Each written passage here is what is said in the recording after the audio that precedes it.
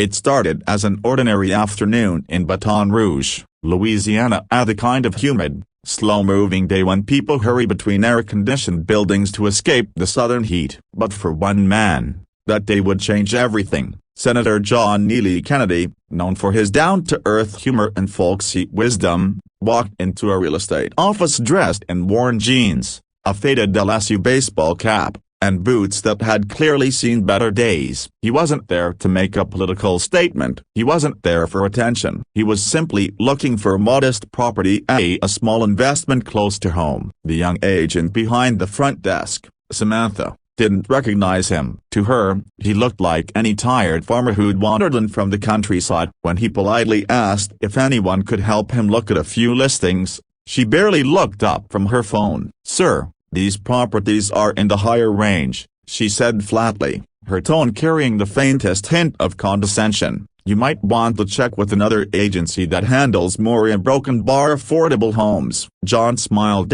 not out of anger, but understanding. He had seen that look before. The world was quick to judge a man by his clothes, not his character. "That's fine, ma'am," he said kindly, "but I reckon I can still take a look." Samantha sighed, reluctant but curious. She pulled up a few listings, making it clear she thought he was wasting her time. As they toured a beautiful colonial-style home on the edge of town, she continued to talk down to him. "This one's well above your range," she said sharply. "It's listed at just over $2 million. John nodded thoughtfully, running his fingers along the polished wooden railings. "It's a fine home," he said softly. "Reminds me of the one I grew up near. A big porch, plenty of room for stories." Her patience ran thin. "Sir," she snapped, "if you're not serious about buying, I have other clients to attend to." John looked at her with a calm that only years of experience and humility could bring. "You're right," he said with a gentle smile. "You probably do, but I am serious." With that,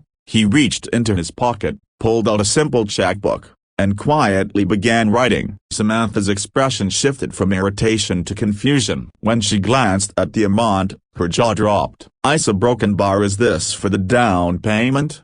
She stammered. "No, ma'am," he said kindly. "That's for the full amount." Her face went pale. "Yeah, I don't understand. Who are you?" He hesitated, clearly not wanting to embarrass her. "My name's John Neely Kennedy," he said finally. "I serve as a senator here in Louisiana. But today, I'm just a man trying to buy a home." The silence that followed was heavy. Samantha's eyes widened as recognition hit her like a tidal wave. She had seen him on television dozens of times as quick wit, his sharp debates, his unapologetic sense of honesty. And now, she realized she had treated him like he was beneath her. Tears welled up in her eyes. "Senator, yeah, I'm so sorry. I didn't realize." He stopped her gently. "You don't need to apologize," he said softly. "You treated me how you thought I looked, but I hope this reminds you that not everyone who walks through that door is what they seem." Samantha couldn't stop crying. The humiliation burned deeply,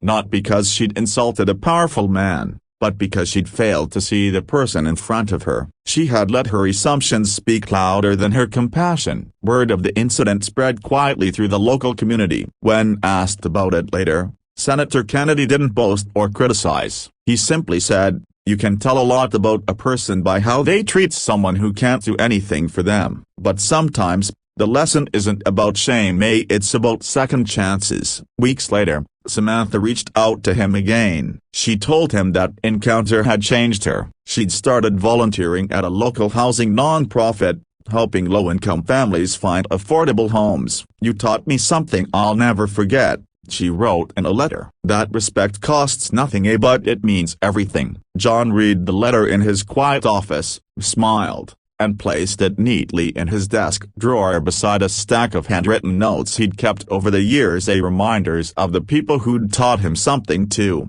That moment wasn't about the senator buying a house. It was about humility, about remembering that every person, no matter how they look or where they stand, carries a story worth hearing. And in a world too quick to judge by appearances, John Neely Kennedy's quiet act of grace became a powerful reminder. Kindness speaks louder than status, and dignity never goes out of style.